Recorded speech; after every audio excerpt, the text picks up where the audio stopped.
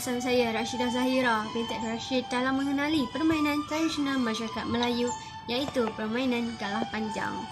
Memotong kain gunakan gunting. Guntingnya tajam baru diasah. Seronok sangat main galah panjang. Balik rumah emak marah. Asal-usul permainan ini sukar untuk diketahui siapakah penciptanya disebabkan permainan ini telah wujud sejak tahun 1960-an dan terus berkembang di serata tanah Melayu. Permainan ini juga bukan saja dimainkan di tanah Melayu, malahan di negara lain seperti Brunei, Singapura dan Thailand. Namun ia berubah mengikut cara masyarakat setempat. Dan permainan ini juga telah diangkat sebagai warisan kebangsaan pada tahun 2012 oleh Jabatan Warisan Negara Malaysia. Di tanah Melayu, permainan galah panjang dimainkan oleh kanak-kanak lelaki dan kanak-kanak perempuan dan bilangannya boleh berubah-ubah. Ia adalah sejenis permainan yang melintasi garisan-garisan berhalang dan dimainkan di kawasan terapta dan lapang. Tujuan permainan ini adalah untuk menguji kecekapan pemain berlari melepasi halangan. Jadi, mari kita lihat bagaimana permainan ini dimainkan oleh sekumpulan kanak-kanak Melayu. Saksikan. Baca dah habis saja. Dia main galah panjang nak? Ya. Gelanggang galah panjang dilakar di tanah air lapang. Panjang dan lebar bergantung pada pelukis garisan dan pemain. Dan kali ini kami menggunakan tepung sebagai ganti kapur. Bermain akan bermain lat tali lat untuk menentukan ahli kumpulan dan ketua kumpulan akan mengundi siapa yang menjaga gelanggang dan merempuh gelanggang. Selepas itu, kumpulan yang menjaga gelanggang akan menjaga gelanggang dengan berpijak di atas garisan yang dilukis tadi. Manakala kumpulan merempuh gelanggang akan berkumpul di depan dan merempuhnya. Penempuh akan menempuh sampai melepasi garisan paling akhir tanpa disentuh oleh penjaga gelanggang dan kemudiannya berpatah balik. Kemenangan tercapai apabila orang yang telah melepasi garisan paling akhir melepasi garisan permulaan. Permainan diteruskan lagi di mana perempuh akan menjaga gelanggang dan menjaga gelanggang akan menjadi perempuh.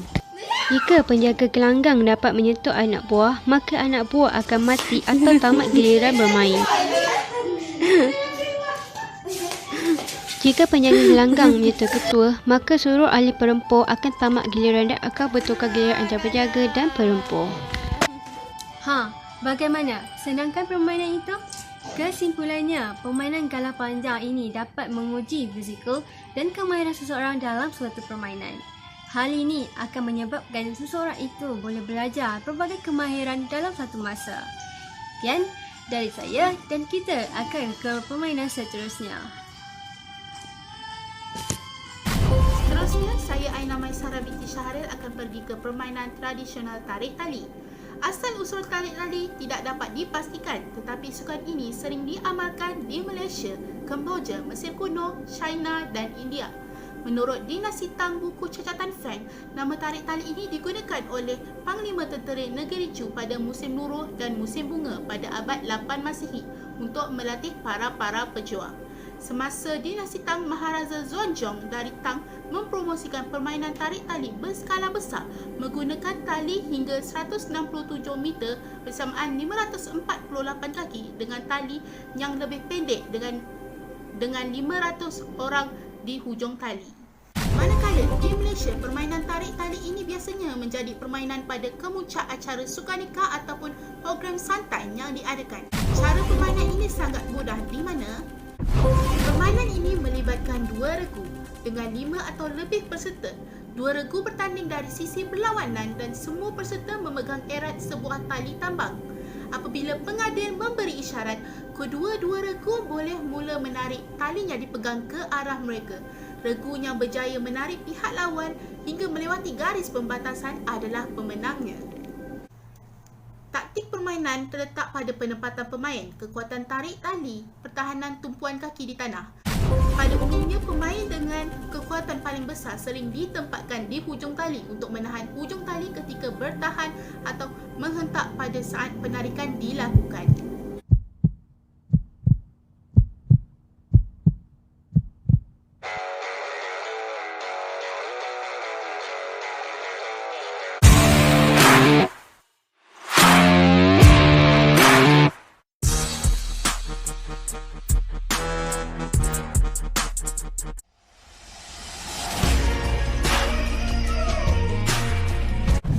Pusingan pertama.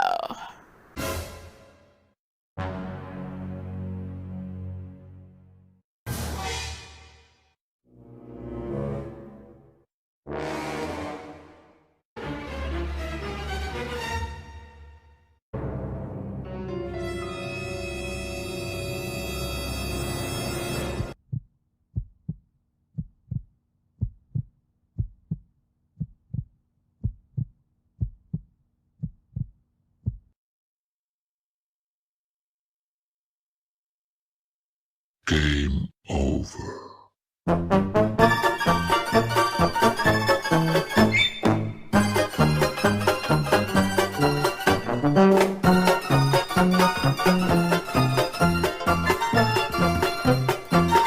Pusingan kedua.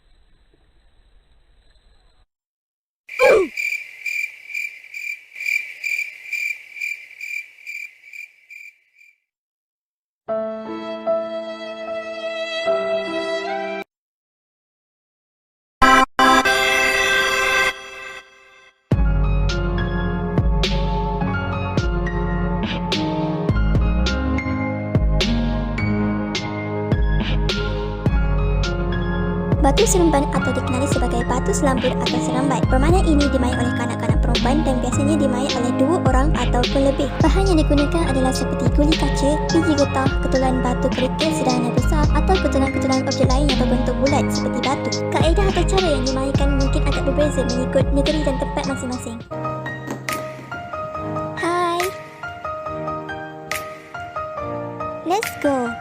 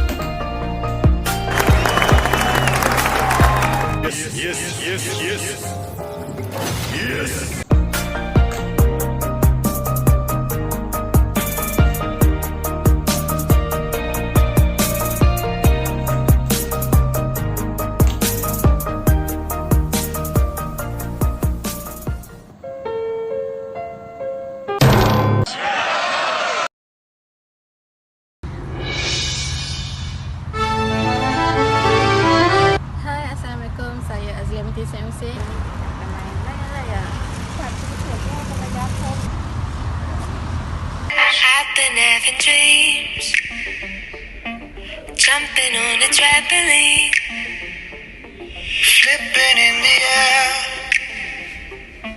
I'll never land, just float there.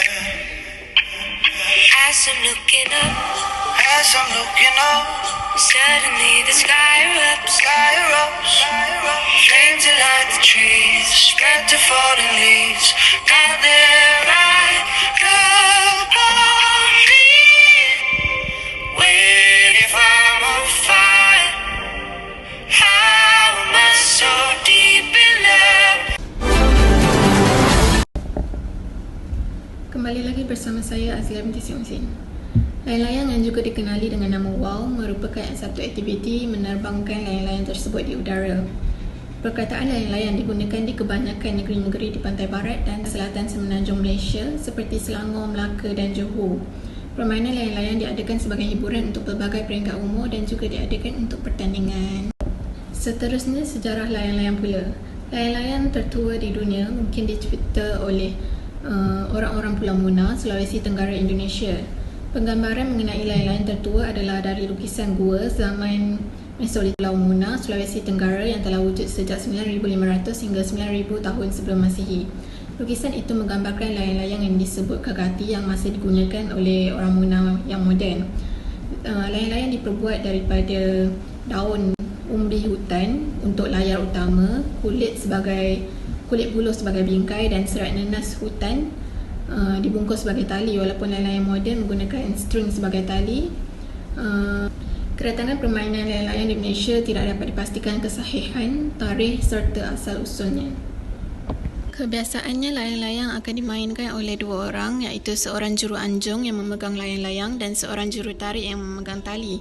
Apabila angin bertiup, maka tali akan ditarik melawan arus angin dengan cara menghulur dan menarik talinya sehinggalah layang-layang tersebut tinggi di udara.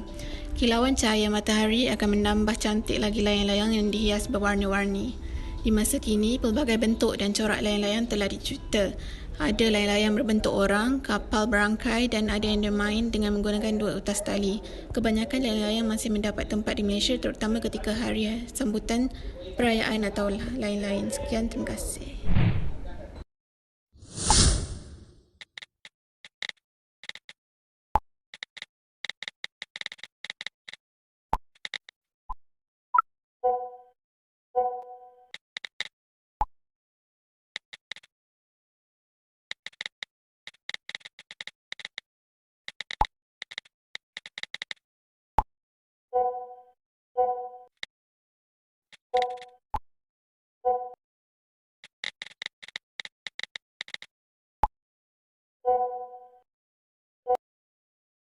Aku dah lama tak main.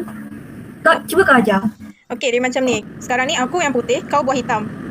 Jadi, nak gerakkan buah ni, kau tak boleh gerakkan petak yang selang satu tu. Selang satu petak, faham tak? Straight. Maknanya kita kena buah kita tu kita kena serongkan je. Gerakan dia kena serong je. Lepas tu nanti kalau buah kau dah sampai akhir daripada tempat lawan kau tu, nanti dia jadi dam haji. Yang belum ni maknanya dia dam biasa je. Beza dam haji dengan dam biasa ni, buah dam biasa ni boleh gerak satu-satu petak macam tu je. Oh, dam haji dia boleh pergi depan dan ke belakang tau. Biasanya buah mana yang start dulu? Buah warna putih ke warna hitam yang start? Dam haji tak macam catur. Di atas pemain tu sendiri nak undi siapa yang start dulu. Oh. Okay, start. Oh. Sekejap. Tak boleh. Kan guna cara yang... Alah! Mana ni?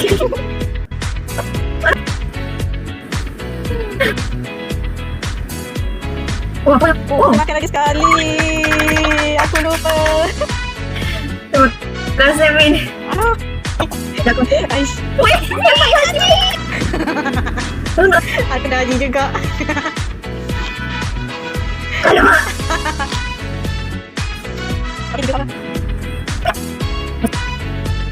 Weh.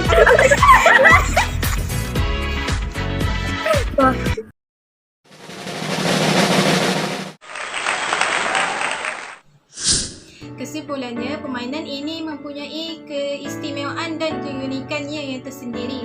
Oleh itu, masyarakat perlulah memelihara dan menjaga permainan ini agar permainan ini tidak mudah dilupakan dengan begitu sahaja. Sekian sahaja daripada saya. Terima kasih.